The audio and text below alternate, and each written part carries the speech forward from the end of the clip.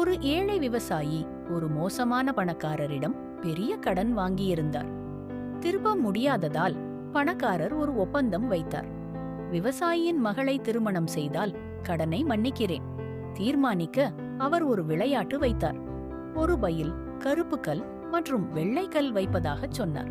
மகள் கருப்பு கல் எடுத்தால் திருமணம், வெள்ளைக்கல் எடுத்தால் திருமணம் வேண்டாம், கடன் மன்னிக்கப்படும்.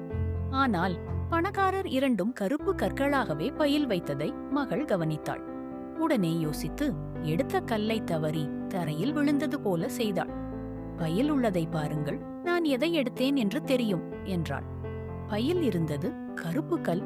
ஆனா மக்கள் அதை வெள்ளை கல் எடுத்ததாக நம்பினர். விவசாயியின் கடன் மன்னிக்கப்பட்டது. மகளும் திருமணத்திலிருந்து விடுபட்டாள்.